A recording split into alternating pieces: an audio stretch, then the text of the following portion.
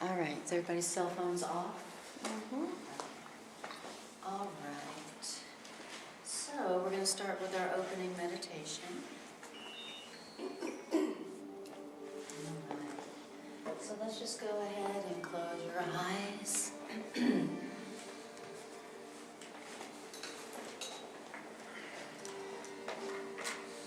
just ask yourself, ask your teacher and healer within, what would it take for me to become present right now?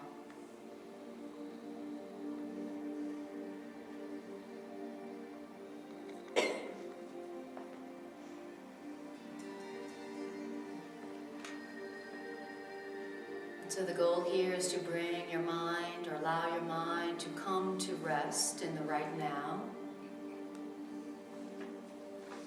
And feel into the right now.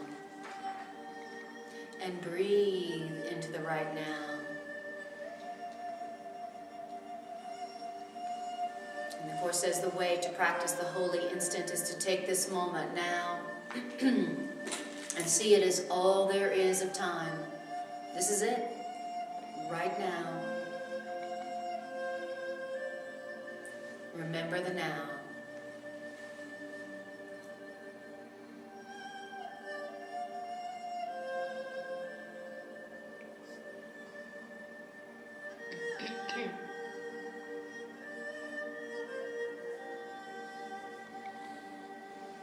And use your breath to focus your mind in the now.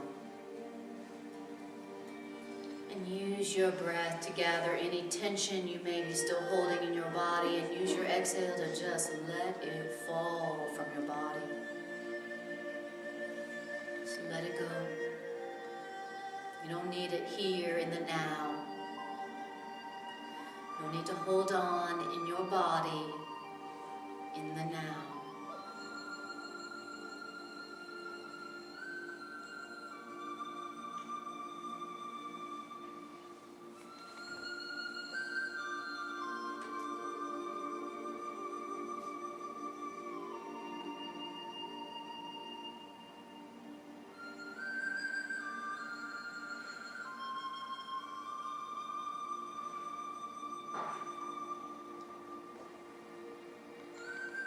Just focus on your breath and use your breath to focus your mind here and now.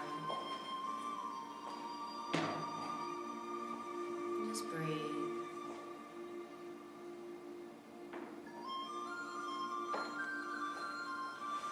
And as you let go of what you have been holding on to before you came in here tonight, now let's let go and feel ourselves being held onto and supported and sustained by the love of the universe. As we say, I am sustained by the love of God. I am held up and supported by the love of God, which is the universe. I am sustained and supplied by the love of God. Feel that truth. Tune in to that truth.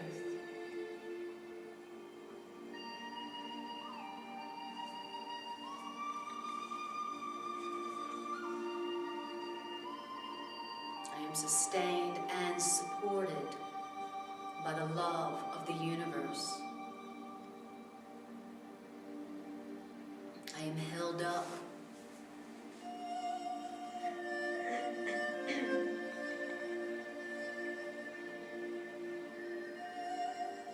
Feel yourself being held up and supported and sustained and supplied by the loving universe. That is God's love.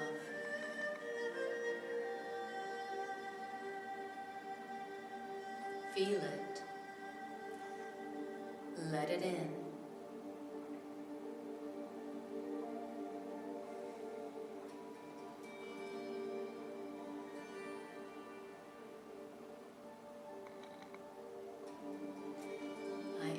am sustained and supplied by the loving universe that surrounds me. I am.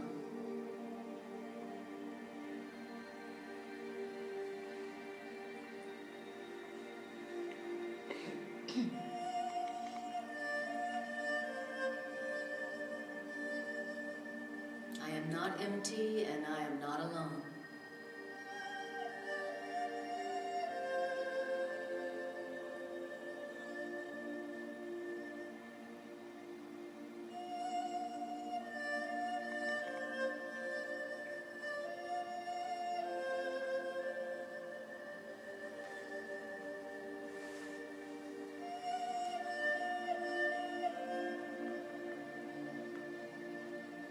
Just breathe in that feeling of being fully supported, fully supplied, sustained by the love of God and God's loving, abundant universe. Feel it.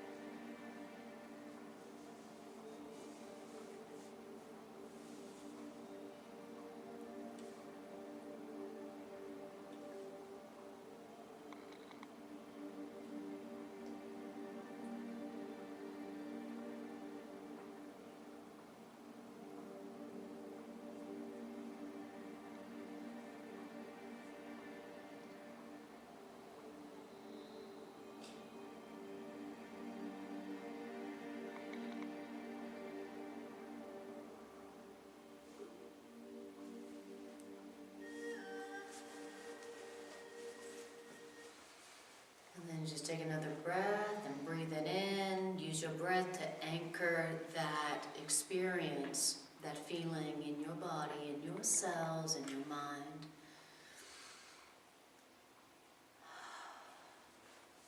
All right. Beautiful.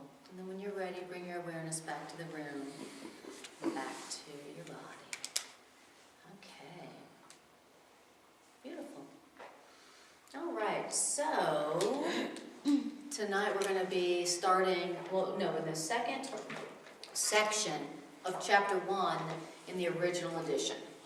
Second section, chapter 1, original edition, not the edited version. You have the edited version, I think. And so you'll just have to follow, you'll just have to listen, okay? You know the original edition and the edited version? Did you hear me talk about the difference between the two? Okay, all right. Okay. All right. So so there's some interesting differences in this section of the edited version. All right. So we're really at the beginning of the edited version. We've only completed in all these months the first section, which was the Principles of Miracles. But in the original edition, the Principles of Miracles is a much longer section. Okay. Okay. So, does everybody have it? Who's looking for it? I don't. Revelation, Time, and Miracles? That's in the edited version. You have the edited version. You know, Jim, there's two more. It's not that one. There are two more original editions in that library. Okay. One of them has a cover with some blue sky. Another one is thin and white, and it says it may say Jesus Horse or something like that. Yeah. So these don't work? That's the edited version. Oh. Okay. And I'm doing the unedited or the less edited version. This is called the original edition. So this is the version that was not edited a second time by Ken Wapnick and supposedly Helen. And this version was given to Hewlin Casey, Edgar Casey's son, and then put into the Edgar Casey Library in Virginia. Oh. And once the copyright was lost by Ken, then this was able to come out and be published. And there are things in here that were edited out. So much of it that I decided that I wanted to teach it so that I could really learn what to me was new, but original. Okay? So, and Wasn't it stolen? no, It was stolen from the library. well, that's one version of the story. Yeah. So, yeah. Many. There's many versions. So in the first 4 chapters of the original edition, there's so much in it that I decided I'm going to teach the first 4 chapters of the original edition, so that I can myself learn it and experience the stuff that was left out. So as long as we're waiting, you always refer to it, like on Sunday as he, is what he has written, and I thought it was a she that wrote this. Well, it was channeled through Helen Schuckman with the assistance of Bill Thetford. So she was the scribe, meaning the channel, and he was the priceless supporter or assistant in that process. So really, he, when I say he, I'm referring to, yeah, that's one of them. Why don't you guys share that? I didn't find that. Okay, that's fine. When I would say he, I'm referring to the author of the course, who it came from. Okay? So, all right. And so when I often I could say, instead of he says, he, the author of the course, the source of the course, I could say the voice of the course, and sometimes I do. But for speed's sake, sometimes I will say he, right? So, but don't let your mind get confused in the he, or the hymns, or the Son of God. This is a genderless truth, as all truth should be, or is, genderless, right? Okay. So, Okay, so where are we? yeah, so after all that, we are in the first chapter, the second section, which is called Distortion of Miracle Impulses. Okay? So it's interesting. So we have these miracle impulses. We have these impulses, which is natural. We have natural impulses to join, to love, to serve, to be one. We have these natural loving impulses because we are love. We are a loving impulse. That's how we got here, right? And we have these natural impulses to love and be one and to give and to extend and to share and to create. And this section is talking about what happens when those impulses get distorted.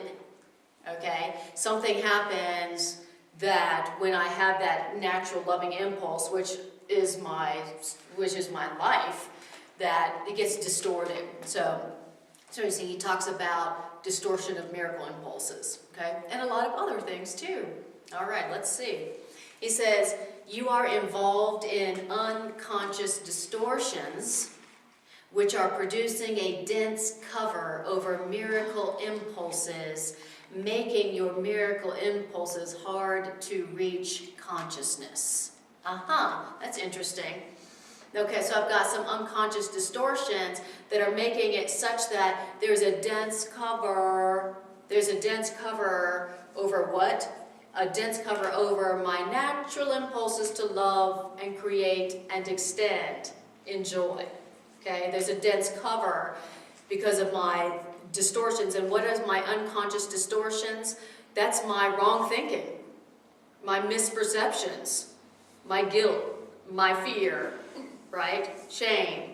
Those are producing a dense cover over my natural impulses, my miracle impulses, making those natural impulses to love and create and extend and be one with everything, making it hard for them to reach my consciousness.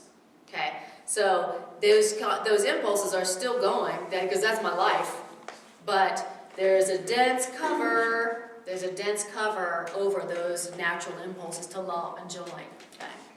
And he says, the nature, it seems like he jumps topics here. the nature of any interpersonal relationship is limited or defined by what you want it to do. That's interesting, because that's in the unedited, the original edition, but not the edited. So it's interesting thought. Okay, the nature of any of my relationships, okay, is defined by what I want that relationship to do. Isn't that great?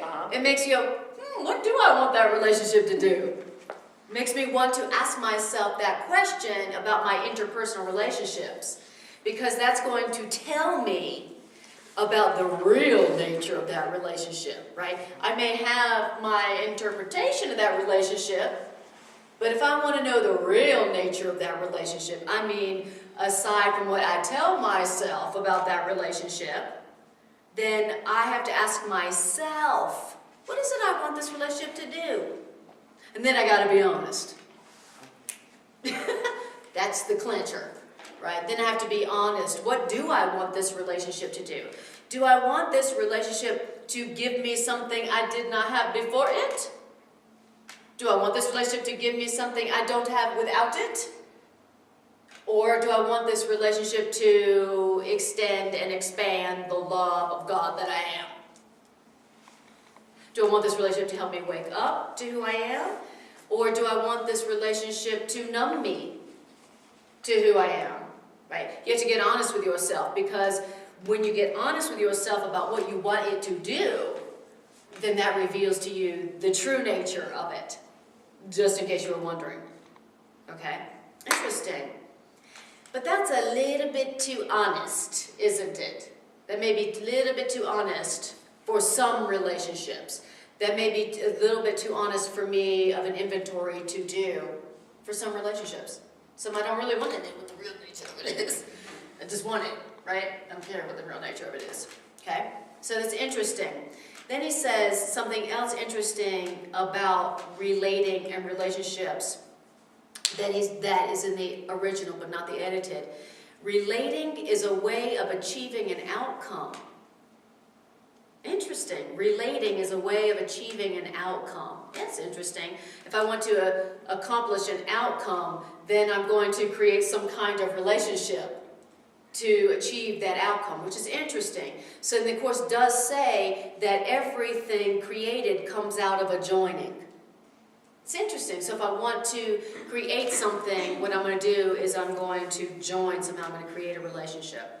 Interesting. Relating is a way of achieving an outcome. All right. So I'm in this relationship because I wanted to achieve an outcome of some kind. Or if I want to achieve an outcome of some kind, first thing to do would be join with somebody on it. Join with somebody on it. You want to create something?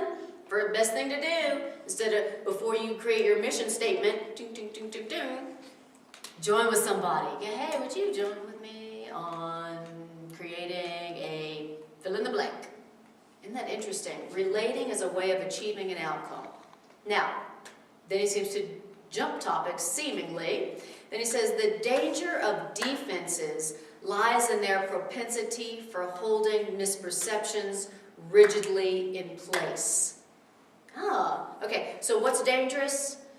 My defenses, my defensiveness, okay? When a defense, or you know when you're defensive, a defense, the danger of it being defensive. I didn't say that, I didn't do that, I'm not like that. Or defending against something. Oh, I got to defend against them leaving.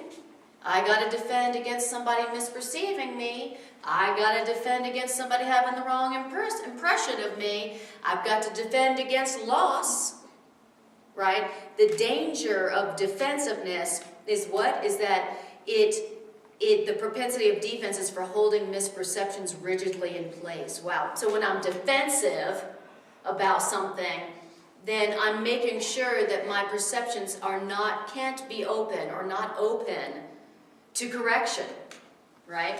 If I'm defending something, I'm certainly not going, I wonder if that's true.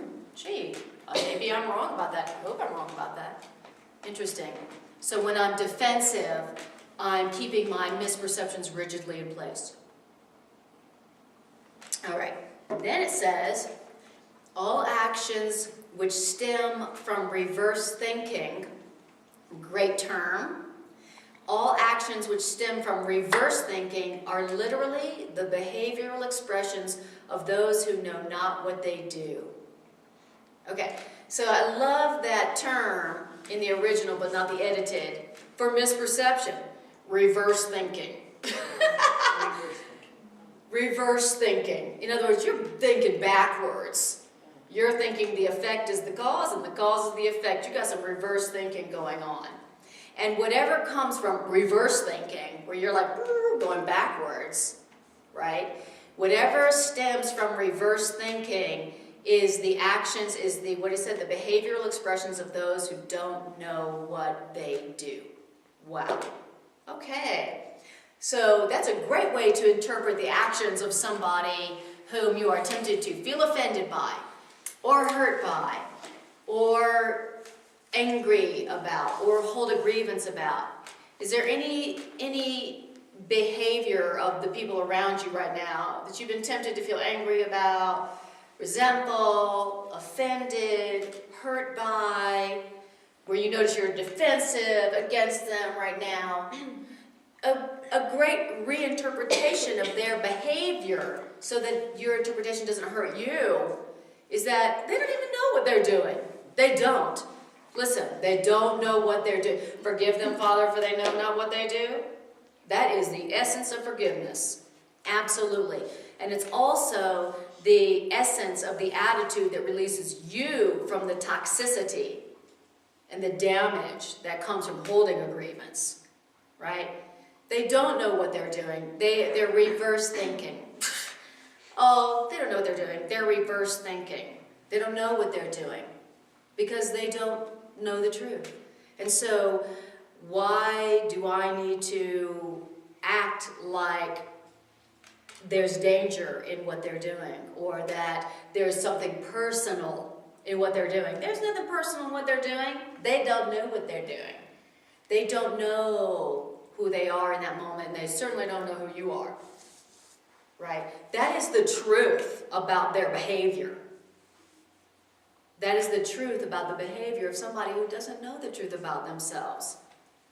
Then whatever comes from there, whatever behavioral expressions come from them, it's just, they don't know what they're doing. Okay? So no grievance. Forgive because of that. Right? Release your own self from the cost of holding a grievance with that awareness. That's awareness. That's awareness that heals. All right. Then it says, a rigid orientation can be extremely reliable even if a rigid orientation is upside down.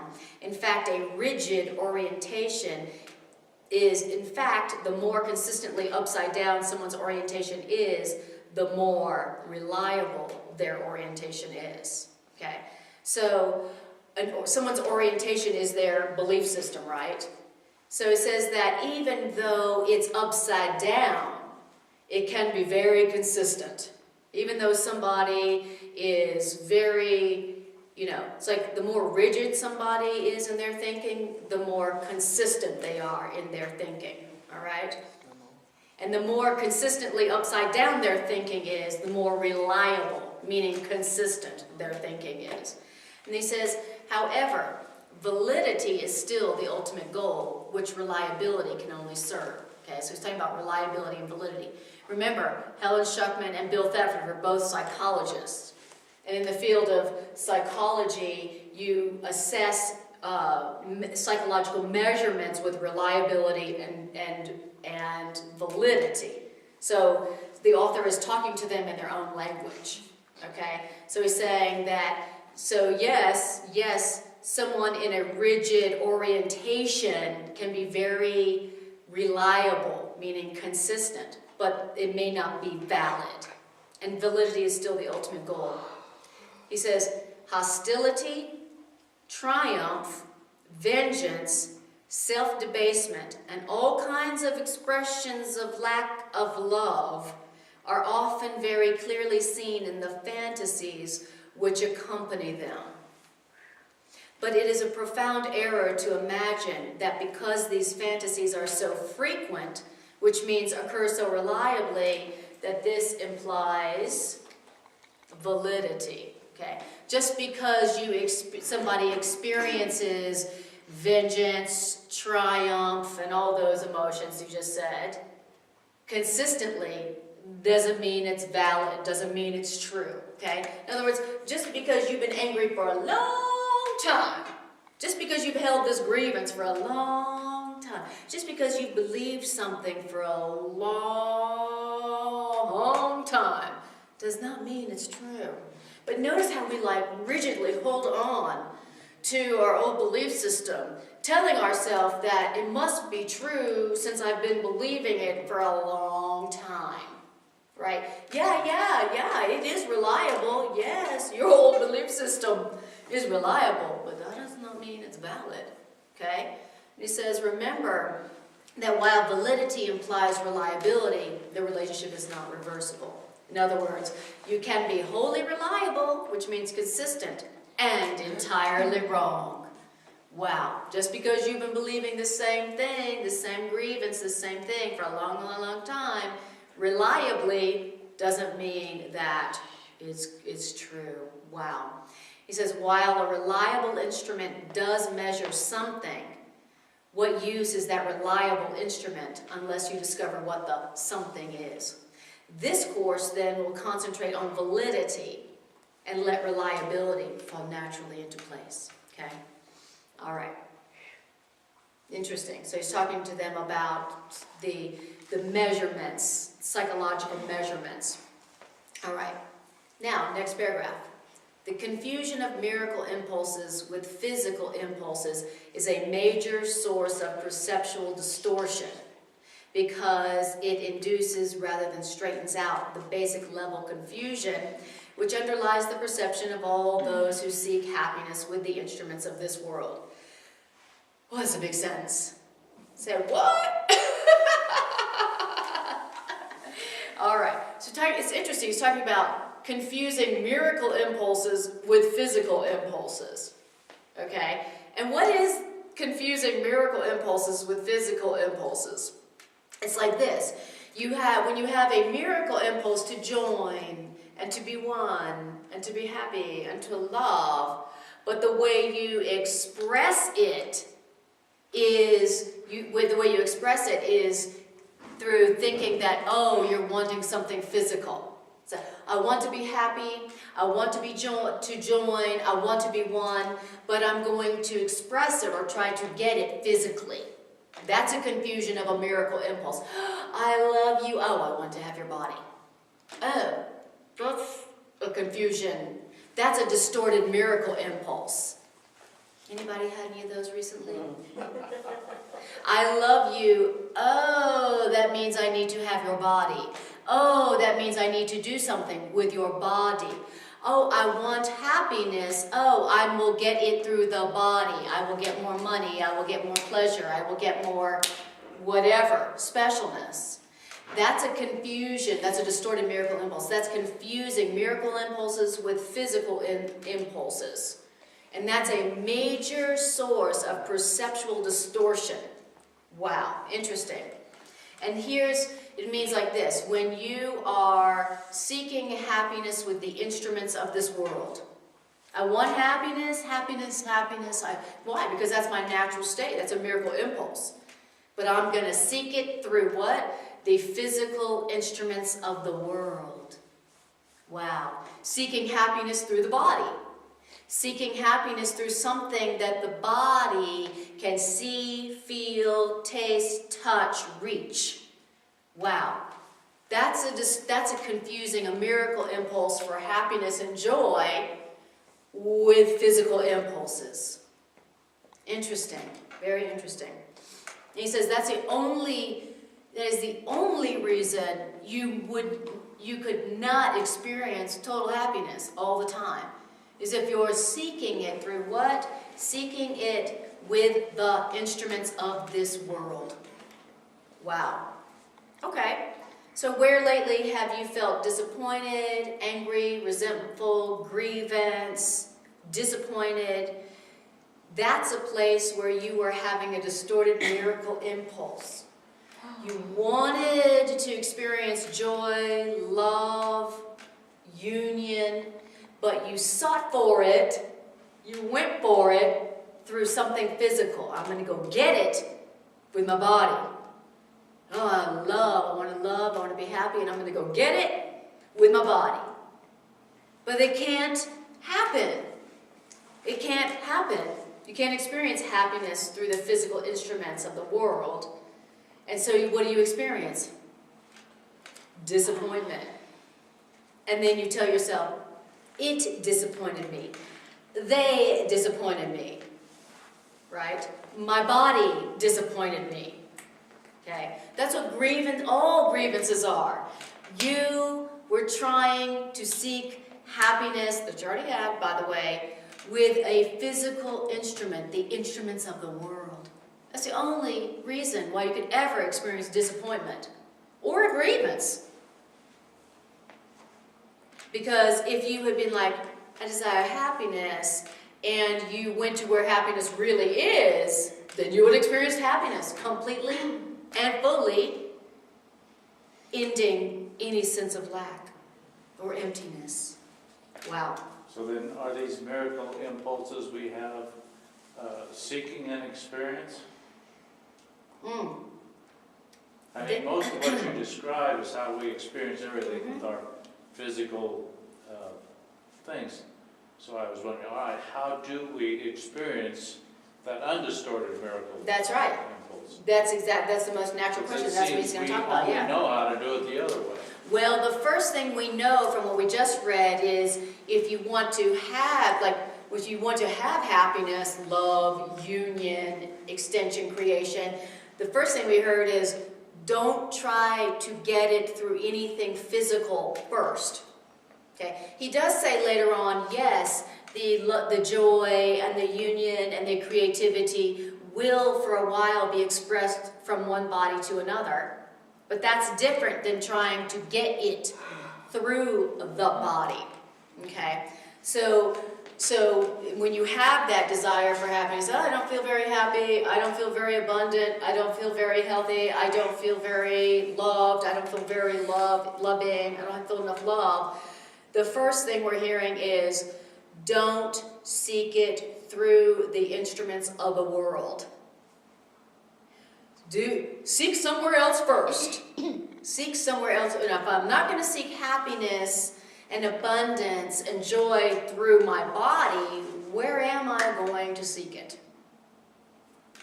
You know, that's the first thing to do if you really want to experience real happiness, real joy, real abundance. Okay? All right. So your desire for happiness and joy and abundance and union and creativity, that's natural. That's absolutely 100% natural. It is natural for you to want to be creative and joyous and unified, joined. It is natural. That's a natural impulse. But if you think, oh, I'm going to get it through that, and I'm going to get it through this, and I'm going to get it through this, and I'm going to get it through anything of the world, now you have produced a dense cover over that natural impulse. Now you have produced a dense cover over that natural impulse. Wow. And then you'll wonder, why don't I feel that love and that joy and that abundance and that creativity and that power? Why? Must be because I didn't get enough and I didn't do it right and I didn't choose the right one. That's a distorted miracle impulse right there. That's reverse thinking. I don't have it because I didn't get it from the right place at the right time. That's reverse thinking. Okay. All right. So you're saying that we've reversed that in that instead of trying to go and get this and bring it into me, I have to feel the love in me and express it outward. That's exactly right. I have to remember what it is and where it really is. Oh yeah, I'm it and it's in me. In other words, I can't bring it in, I can only project That's it out. exactly right. I can't get it through the physical. I can't get it through the physical. Darn it. But I sure can express it through the physical. And what I'm learning, and what this course is teaching us, is that all the love and the joy and the creativity and the power and the fun that you've been trying to get through a physical experience or through your body, really you experience as you let it come through you. Oh, right. I want to experience more love in my life, more creativity, more power, more joy. Oh, I'm going to have to choose to let it come through me. Right? That's why the Course says the only thing missing in any situation is what you are not giving. That's the only thing missing in any situation is what you haven't given. It's not that you didn't find the right person to get it from, and you didn't create the right situation to get it from. That is not what's going on. What's going on is that you did not remember that you are it, and you chose not to let it come through you. Right? I'm trying to get the love without being the love. I'm trying to get the abundance without being abundant. Right? I'm trying to get something without being it. He goes, really, you've got to remember that having and being are one. So what is it right now you're telling yourself, I don't have enough of this, and I don't have enough of that, I don't have this, and I don't have that, and I don't have this. What is it you're telling yourself right now? You don't have. I don't have this. What is it you're telling yourself you're somehow deprived of for some reason?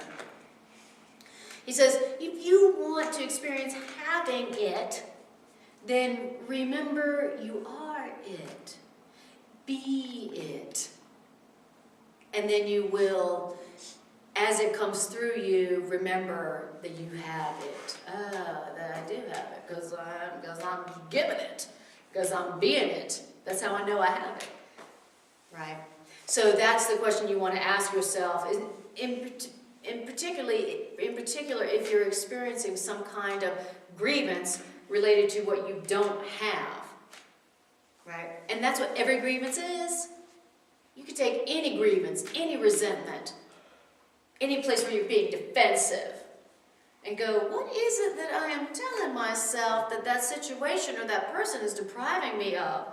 What is it that I'm telling myself this person or this situation is depriving me of? What is it? Well, they're depriving me of a holy relationship. Okay. They're depriving me of abundance. All right. Okay, what else? They're depriving me of freedom. Okay. Great. All right. Then those are the things that you aren't giving and you aren't being. And if you want to experience them, let that person be. Let that situation be. And remember that you are it. And the way that you remember you are it is turn to something that reminds you that you are it. What is that thing that reminds you you are it? You know, whatever it is, that's your spiritual path. Whatever that is. Okay? All right. Okay. Then it says, he says, inappropriate physical impulses or misdirected miracle impulses result in conscious guilt if it's expressed and depression if it's denied. Isn't that an interesting statement? So I'm going to go through that. Okay. So my inappropriate physical impulses. What is that? Well, it's your misdirected miracle impulses. What is that? Well, you wanted to experience love and you went to get it through the body. That's an inappropriate physical impulse. I really had an impulse to love, but I went to get it through the body. And get it through behavior. I'm going to get that love. I want to love. I want love. I want love. But I went to get it through their behavior, their body. Your behavior is going to show it to me. What you do is going to show it to me. What you do through your body is going to give me that love. That's an inappropriate physical impulse. I'm going to go get the love. I'm going to make somebody give it to me, right?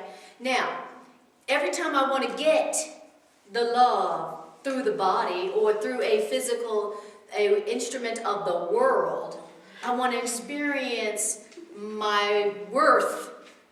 And so I'm going to go get it through the world. Yeah.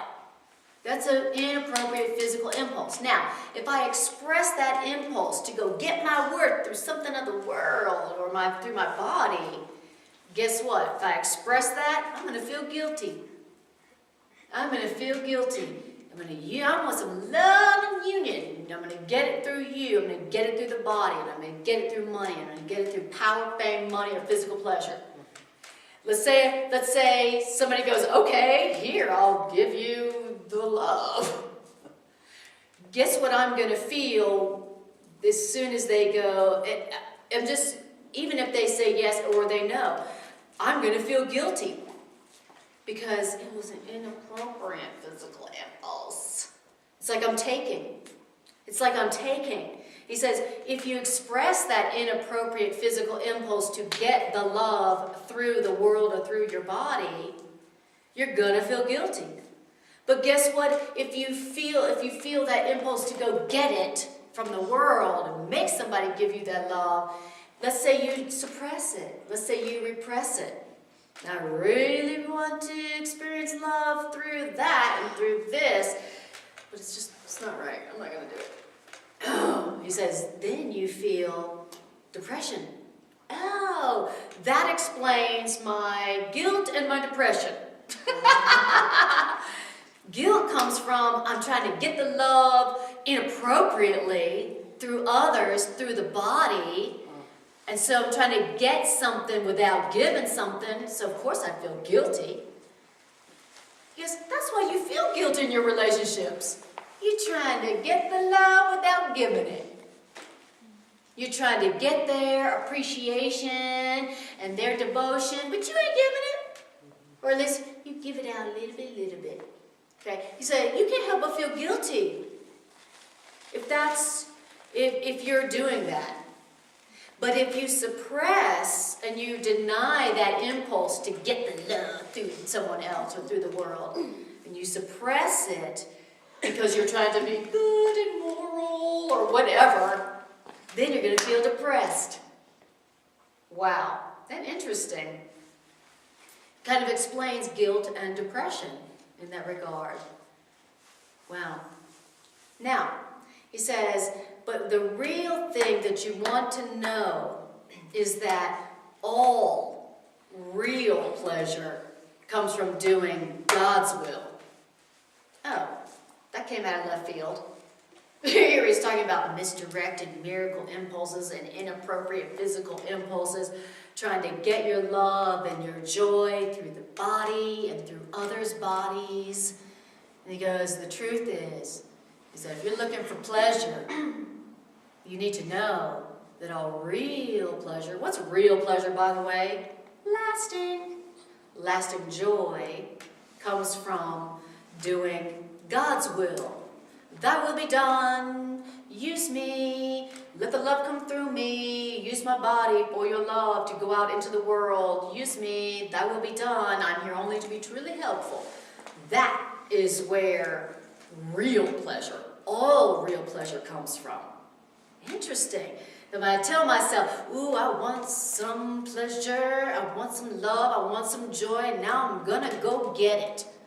With the instruments of the world, the body, money, power, fame, physical pleasure. And all I end up feeling is guilty or depressed.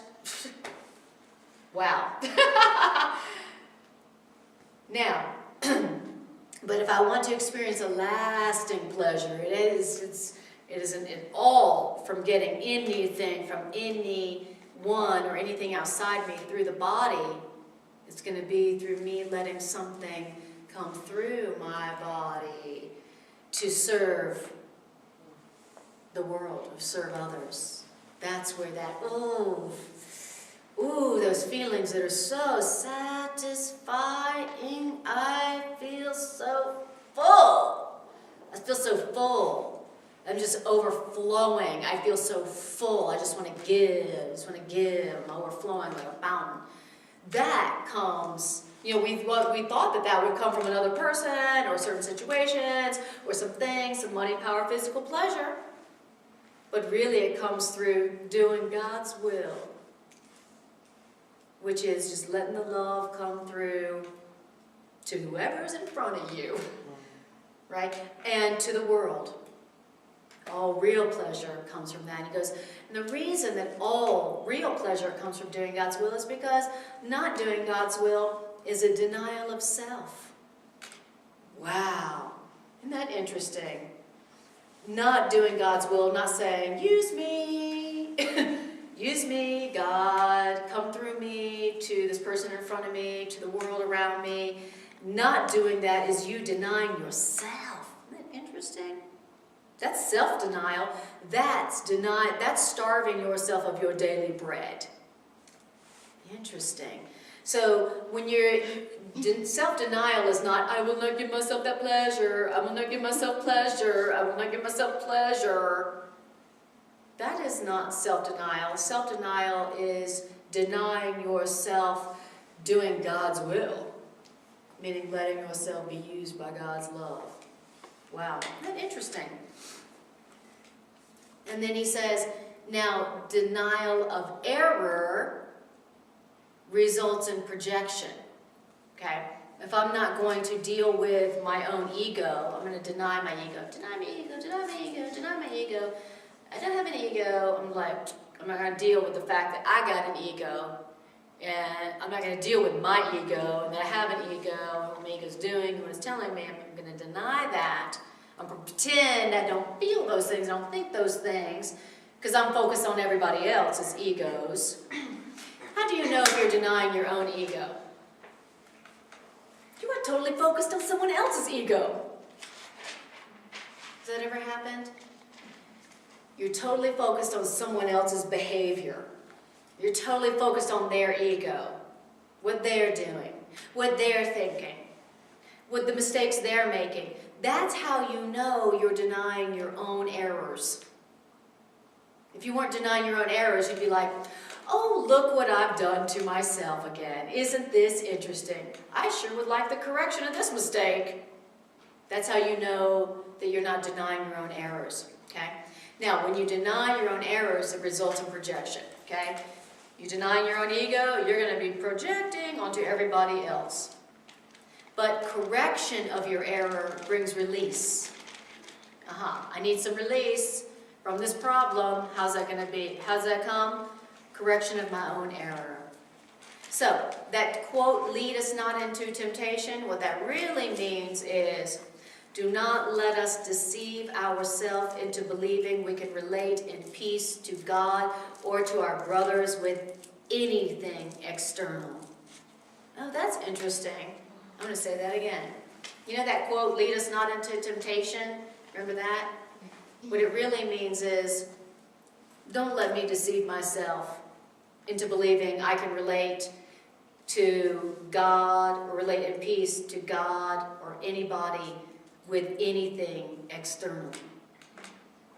Please don't let me deceive myself that I can relate in peace to God or anybody with anything external. Interesting. Interesting. That's what that phrase, lead us not to temptation, means. It's like this, that I cannot relate in peace to God, to you, or anything through anything external. In other words, peace doesn't come from anything external. I'm not going to get peace with you from something external. I'm not going to get peace with you through the body or because of the body. It's not going to happen. I'm not going to get peace with anyone through the body or anything physical. It's not going to happen. Wow. And we need to know that because we've learned that to be with a body is love. And to be with a body is communication. And we've learned that that's all we need. All I need is a body. That's fine. That's all I need for peace is the body. their body. All I need to have peace with them is that make sure their body's there. And that their body's doing da-da-da-da-da. You're right. Here's my list.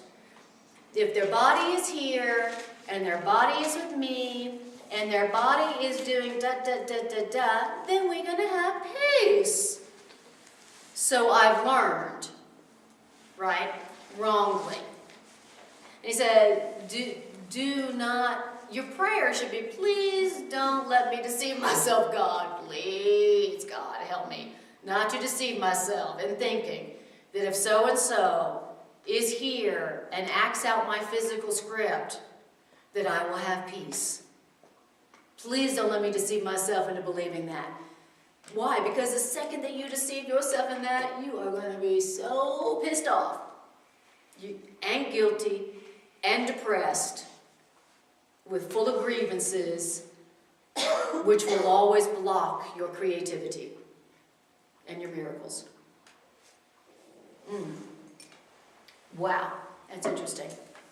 Because it's the same as if I believe that my peace comes from anything external, my peace with them comes through anything external, meaning their body and what their body does, then I'm going to feel guilty. Because what is it, in essence, what am I doing? I'm trying to get my peace from them. And that's not very loving. Hello, you are here to give me my peace. In this way, and I love you. That's not very loving. That's not loving at all, right? That's a bargain. That's an attack. That's a grievance, right? The Course says this is the definition of a grievance. Every time you tell yourself, if this were different, I'd be happy. If they were different, I'd be happy. If they were different, I'd be happy. If this were different, I'd be happy. That is a grievance. And it's the grievance that is the dense cover over your miracle impulses. Right? Every time you think, I'm going to get peace with them through something physical, through their behavior, you are producing a dense cover over your miracle impulses. Wow. Yes. Any questions or comments? Talk to me. It's an intense section tonight. It's really intense. So it says it can't work through anything external, which suggests then I have to do any peaceful joining through things internal. Say that again. That said, you couldn't do this externally. That's right. Get your peace with your brother or God. Exactly. So I must have to go within and somehow internally join them internally. Exactly.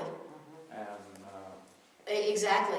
And join to the real source of peace, meaning the lasting source of peace and pleasure. Yes. So you can't get your peace through the body, but you can give it through the That's body. exactly right. Okay. You can express it. Okay. That's exactly Send it right. or- Mm-hmm. Okay. Yes, exactly. Any other questions or comments? How does it, are there any major yes buts coming up, any major resistance coming up that you can identify to what you're hearing? Well, all of it we're going to say no to, because for most of us, it's through the touch that we Yes, feel. that's right. And until our mind knows otherwise, That's right. we will always be that way. So say that one more time. I said, from what you've talked about tonight, Yes. for the majority of us, or for myself, let me speak for me, I haven't known any different. Right. That's what we learned. We absolutely learned that love and union comes through the physical. That's what we all learned. Love and love comes through the physical. So we all learned. And in this section, this is only the second section in the whole book. So imagine how important this section is. He's like, you got to know this, okay? You know, you got through the first section. This is number 2. You need to know this. You need to know that love will never come through the physical. You will never experience love through the physical. You will never experience peace through the physical. You will never have the happy, holy, loving, even real pleasure relationship through the physical. He's like, you gotta know that right here at the beginning. Now, maybe you'll experience fake pleasure, which is what? It's really pain that feels good for a second, and then you pay. You ever had any of that? That felt good for about 5 minutes, and then you pay and pay and pay and pay and pay.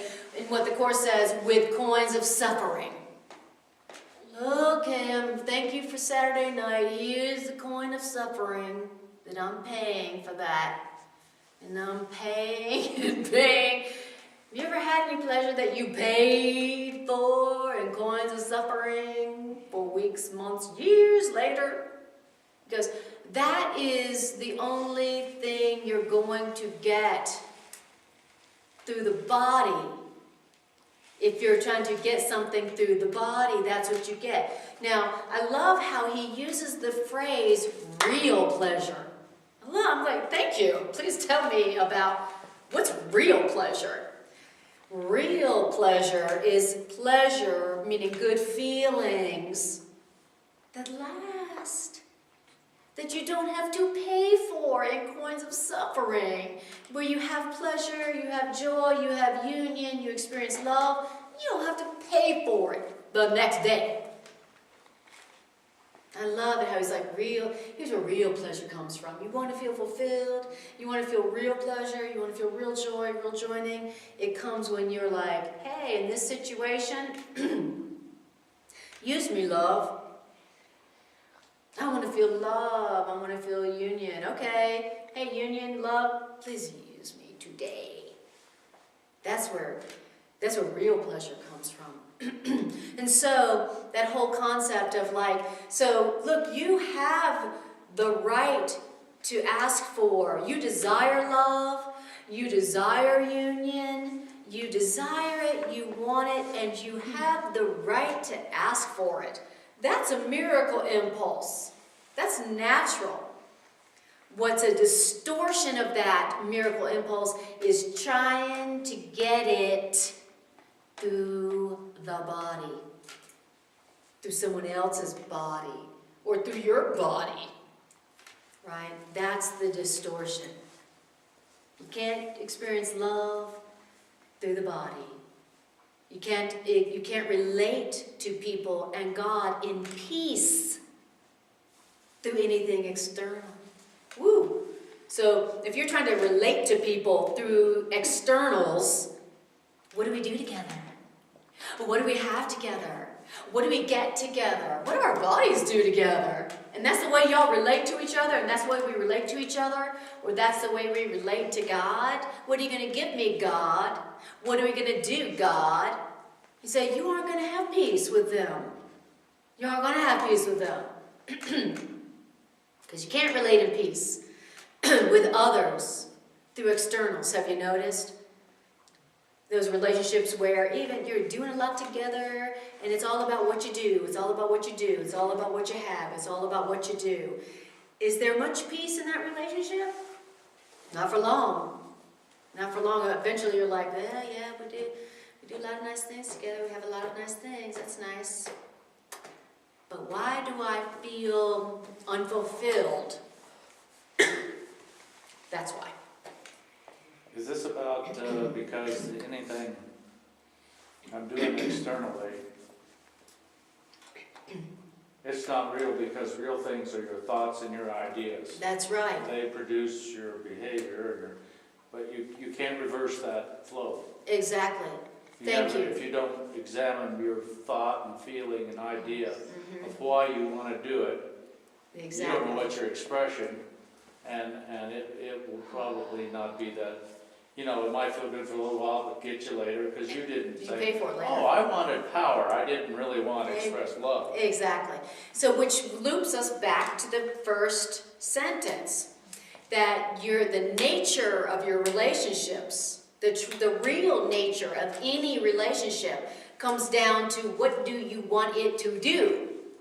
Okay, so here's like, this takes you down to the real nature of your relationship. Do you want that relationship to do something physical for you?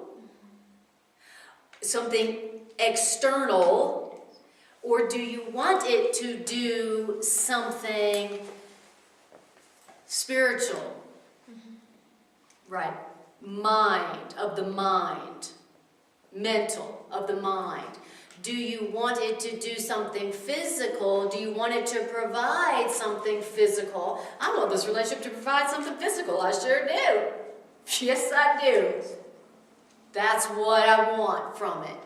Now, yeah, but after that, sure, I'd like for us to like study the same thing, and go to some nice spiritual classes together and have some nice spiritual conversations. Sure, but really, what do you want it to do?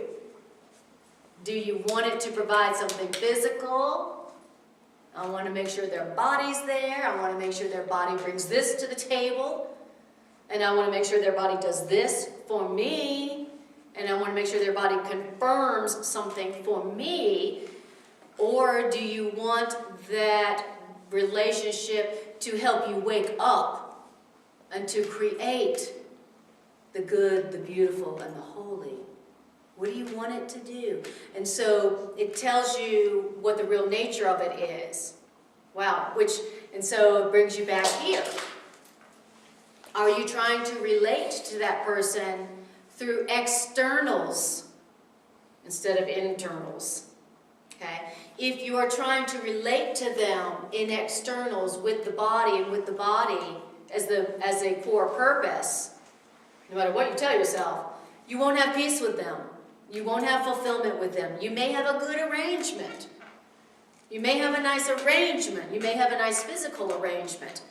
But you won't have peace. You won't have something that fulfills you and inspires you to do what you're here to do, which is to create. You're not here to get love. You're not here to get security. You're not even here to get anything. He said, next sentence, next paragraph, child of God. You were created to create the good, the beautiful, and the holy. Next sentence, don't lose sight of that. That's what you're here to do. Now remember, the word create in the Course means extend. You're here, you were created to extend the good, the beautiful, and the holy. That's what you're here to do. Give it. Not get it. You're here to give it. You're here to accept that you are it and give it. That's what it means to create the good, the beautiful, and the holy. Oh, I learned I was here to get it. And that love meant finding the right person to get it from. Yes, I did. I learned that. That was a great face. You guys, yeah. Right. Oh, I'm here to remember that I am it and to extend the good, the beautiful, and the holy. That's what it means. I'm here to create. I'm here to be a creator, not a getter. Yes? The only thing that we really have is what we give away. Amen. And the only thing, and we're not able to give it until we remember we are it. Right. And that is the real pleasure. Ah, it feels so good. The real pleasure. I just remembered I am love. Woo, that feels good. And I just walked into a situation and I just extended the love I am to everybody here. Woo, that feels good. That's a real pleasure. That's real pleasure you don't have to feel guilty about. You don't have to suppress it and then feel depressed about it. And you don't have to pay for it in coins of suffering later. Wow. So, what do you want the relationship to do? Do you want it to give you and get you something of the externals? Do you want it to give you pleasure? Or do you want that relationship to help you remember that you are the love and you've got it all, and you got it all now, and you are it all, and what's it going to take for you to give it away? Is that what you, how about wanting your relationship to do that? Wow, nice. And what would happen if we said to the universe, universe, I want relationships that will help me to remember that I am the love. And I want a relationship to help me to see what it would take to extend the love that I am more. That's what I want relationships to do, universe. I want relationships with that purpose. What would happen? Watch out who shows up next. You know, then you get to be excited and curious as to see who the universe sends you, because you better believe if that's what you say you want relationships for and to do for you, then watch what comes next, because the universe is going to go, great, finally, okay, yes, we've got just the right folks that we've been waiting to send to you till you wanted them for the right reason. Oh, wow. Oh, there's so many people who have that as their purpose, who are just like waiting, waiting, waiting, waiting, waiting for you to want them for the right reason. There's a lot of people that are out there that I'm waiting for them to want me for the right reason. And when they want me for the right reason, I will be there. Nice. That's exciting to me. Oh my God, that just gave me a sense of real pleasure. That felt good. For the right reason. Imagine that. Pleasure. For the right reason. That you don't have to pay for with coins of suffering. How sweet. Very nice. Okay. I'm going to finish this paragraph and then we're going to stop for the evening. Does that sound good? Okay. It says, child of God, you were created to create the good, the beautiful, and the holy. Don't lose sight of that. The love of God, for a little while, must still be expressed through one body to another. Why? Because the real vision is still so dim. And so, everyone can use their body best by enlarging man's perception so that man can see the real vision. Oh, so that's the best use of your body. Not getting, but using your body to enlarge your perception. Use your body to enlarge your perception so that you can what? So that you can see the real vision. And this real vision is invisible to the physical eye. The ultimate purpose of the body is to render itself unnecessary. Learning to render your body unnecessary is the only real reason for the body's creation. That's interesting. Isn't that great? I love it. There's a lot of original thoughts in here that were left out of the edited. It's beautiful. So, it says, I learned that the purpose of my body was to get love. By being good enough, and by being worthy enough for love, the love of others. That is what I learned my body was for, correct? To somehow get the love. And if I ain't gonna get it this way, I'll get it through this way, but I won't get it through my body, right? I'm gonna get through my body the things that tell me that I'm worthy enough and that I'm lovable enough. That's what I learned is the purpose of my body. And the Course says that's why your body gets sick. And that's why it ages prematurely. Because that's the purpose you're using your body for. He said, the health of the body is determined by the purpose you use it for. I remember I read that, I was like, I don't like that. And I like that. But I do remember that when I read that, and I was like, okay, when I was not liking what I was experiencing in my body, I'm like, okay, what's my body really for? How have I been using my body to get value, to get worth, to get love? Oh yeah, that's not what determines my worth and my value and love. All right, okay. Let me seek it from the source, all right. And watched healing happen. Oh, well, that worked, okay. All right, so here is the best use of your body. If you're not going to use it to be getting love and getting value and getting worth from others, and then feeling angry with them because they can't do that, the best way to use your body is to enlarge your perception. What does that mean? It means use your body to show you what you're thinking. At least that's what it means to me. Okay? Use your body to show you what you're thinking. Okay.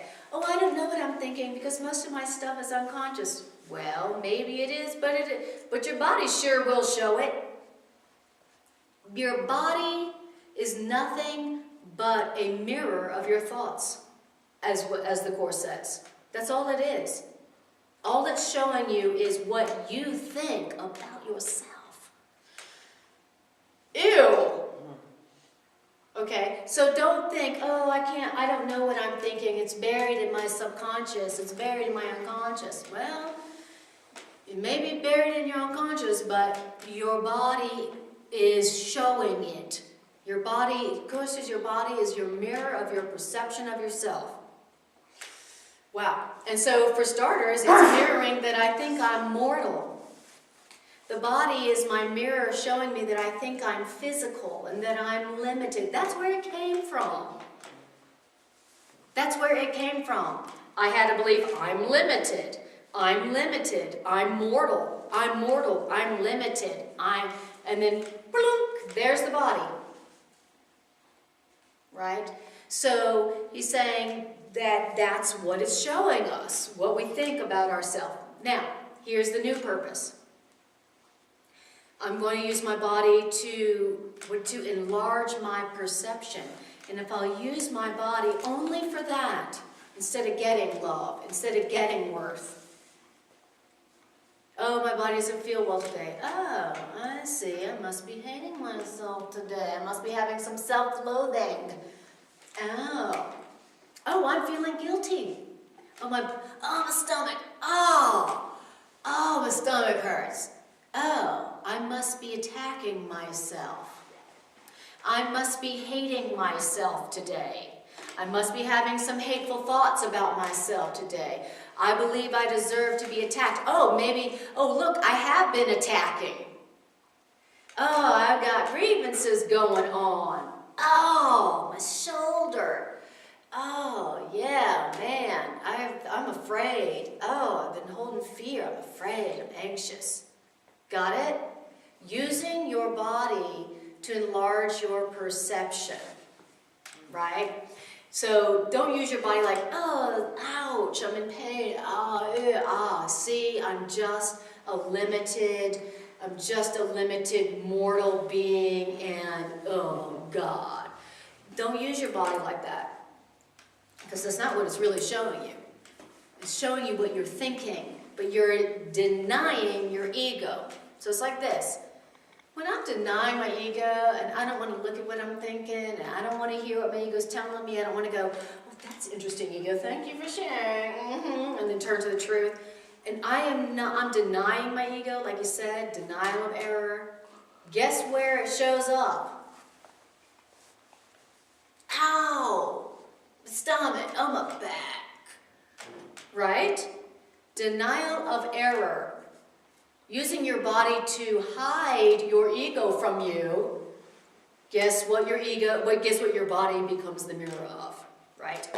And so let's now decide that we're going to use our body only to enlarge our perception, our thinking, so that we can allow our thinking to be corrected. So now when my body hurts, or when my body feels exhausted, or when my body gets sick, I am going to go, oh, let's see, what am I thinking right now that I'm trying to not think about? What thinking am I thinking that I need to bring for correction? What thoughts am I thinking that I need to bring for correction? Am I feeling guilty? Am I feeling angry? Am I feeling depressed? Am I feeling anxious? What am I thinking? You know, and first I tune into my feelings. Okay, well, what am I feeling? Well, I'm feeling anxious. I'm feeling depressed. Great. What thoughts am I thinking that are producing this depression or this guilt or this anxiety? Oh, great. That's what that's what my ego's thinking. Now I know what to bring for correction to the great corrector of perception, the healer within. Now, if you will use your body for that, then guess what? Your body becomes unnecessary. That doesn't sound good. I don't want my body to be unnecessary. But he says when you use your body for that, your body becomes unnecessary. Meaning you don't need a body for happiness, for joy, for love, for real pleasure, for abundance, for freedom. Wouldn't that be nice? Not needing your body to experience joy and fulfillment and union. That'd be great, because my body's been the problem. You know? I don't have enough love. That's because my body doesn't look right. That's because my body isn't in the right place at the right time, and it doesn't look right, and it's to this, and it's to that. That's the reason we tell ourselves we don't have what we want. It's because, well, my body, you know, didn't act right, and it didn't have enough, and it didn't look right, and it wasn't in the right place, and you know. You say, so we tell ourselves the reason we don't have what we want is because something's wrong with our body. And he's saying that actually if you'll use your body for its intended purpose, for the good purpose, for the right purpose, you won't need your body to have it all. To have all the love, all the joy, all the abundance, all the union, all the fun, all the real pleasure. How nice would that be? All right. Okay, all this body talk. Is anybody hungry? Hungry, horny, sleepy. Anything else? I have some pain in my neck. Pain. You better believe your ego is not happy to be like exposed like this. Yes. You got to know your ego's like, win, come on, I'm hungry, we got things to do, free pie at Perkins. And this is only the second section of the whole curriculum. You know your egos would be like, don't ever come back here again. Really? Listen to seriously. You know you got something that you know you will have something else to do on Mondays forevermore. All right. So I want to acknowledge you guys for being here and listening to this today. I acknowledge you. Listen, you got to be you got to have seriously decided that you are tired of paying for your pleasure in coins of suffering. If you are here tonight listening to this and you haven't gone out of the room. So, let's do our love offering, our financial expression of appreciation. Thank you for your financial expressions of appreciation. Thank you, thank you, thank you.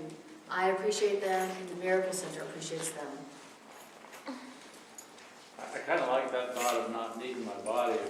If it's just every time it causes me pain, it's telling me that I need to look at my thoughts. Then when I quit having thoughts that are hurting me, my body doesn't have a purpose anymore. You know. Exactly. Wouldn't that be great to not need your body to be rich and happy and healthy and wealthy? Wouldn't that be great?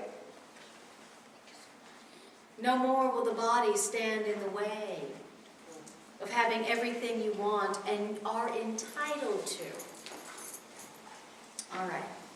So I wanted to tell you about a new class I'm starting. I'm starting a World Prayer and Meditation class. And I'm starting it, it's going to be every Wednesday in Wheat Ridge. The flyers are floating around somewhere. Maybe they've been, so if you don't have a flyer already, you can see this one before you go.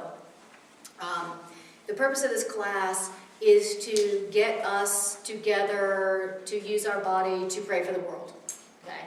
So that we can be using our body for what it's supposed to be doing, which is extending the love to the world in desperate need of it. It's like, that's a correct use of your body. Using it to extend, to create the healing of the world, okay? When we come together and we pray for the world in the way that I see that the Course is teaching us how to pray for the world, we're actually using our bodies to do God's will. God wants His children awakened and healed and made whole again. And if we are joining together and saying, yes, that's what we want to, and we're going to join to do that, and to use our bodies for that, that's the real pleasure, that's the real purpose of the body. It's how we heal our world and also our body and ourselves as well. That's how we generate real pleasure within ourselves and heal the world. So I want to provide a space where we come together and pray for the world. I've got some exercises from the Course that have taught me how to pray for the world that I'll use. And also meditation class where we learn how to train our minds to focus so that our minds can become disciplined and trained so that they can become effective and powerful like lasers, okay?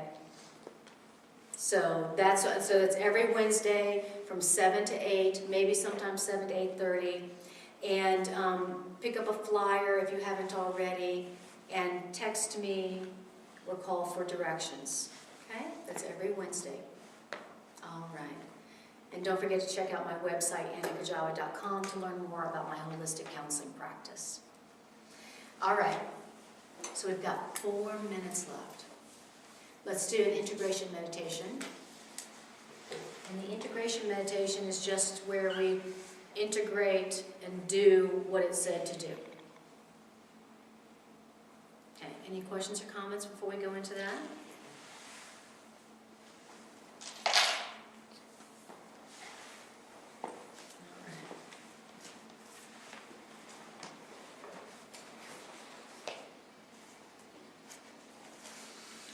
All right, so close your eyes and just take a breath.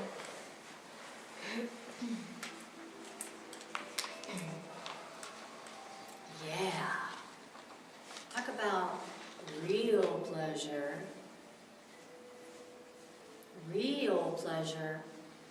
All real pleasure comes from doing God's will, love's will, which is remembering the love and the power that you are, and then allowing it to extend from you to others and to the world. I am the love. I am the love of God. I am the abundance of God.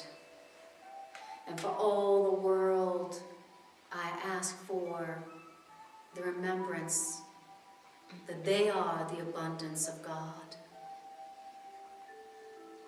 That's where real pleasure comes from. So let's do that. Let's practice the awareness that we are the love of God. We are the love in the universe.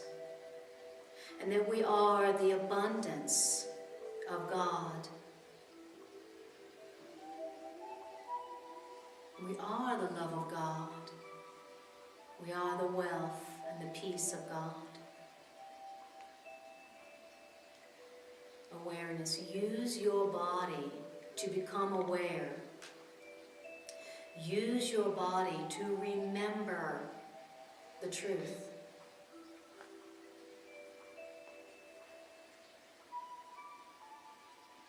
And then in some way, shape, or form, offer your willingness to be used as a vehicle for the extension of that love and that abundance into the world, to others, to everyone who has forgotten.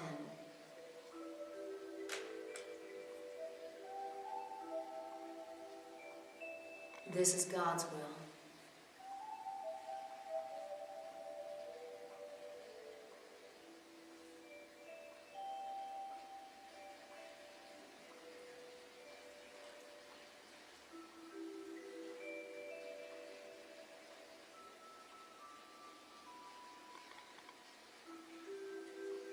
And I want you to bring to your awareness an area recently where you were feeling resentment or lack or grievance.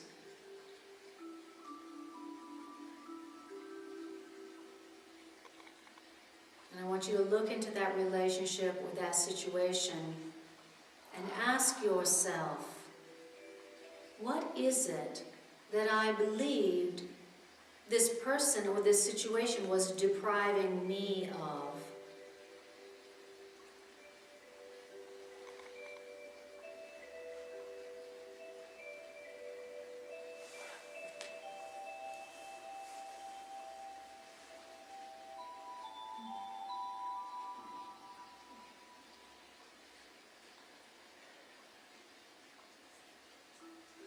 And when you've identified that, then I want you to ask for the correction of that belief that you are somehow lacking that within your own self. Ask for the correction of that belief.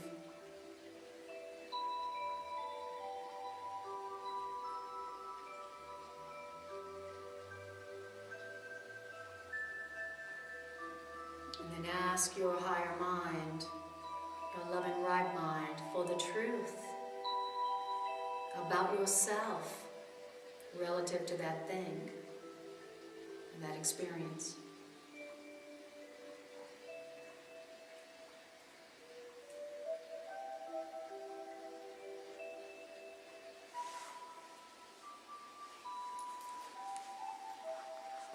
And then I want you to remember and acknowledge that experience or that thing as yourself, as part of you. And I want you to experience it. Oh yeah, I am the love I was telling myself they were depriving me of. I am the abundance and the wealth I told myself they were depriving me of. And experience it. Experience yourself as it. Remember yourself as it.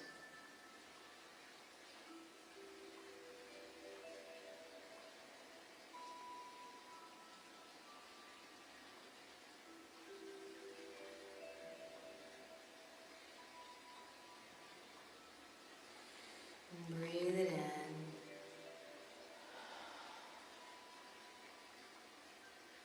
Remember yourself as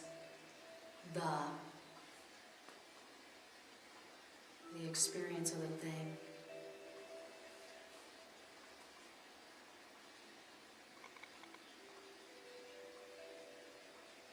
And now,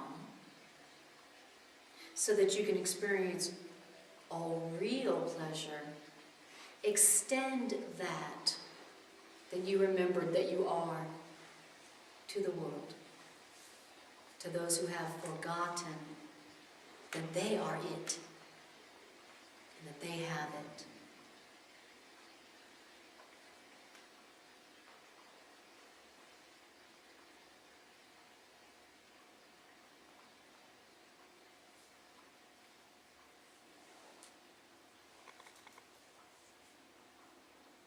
And just breathe, take a breath. Beautiful.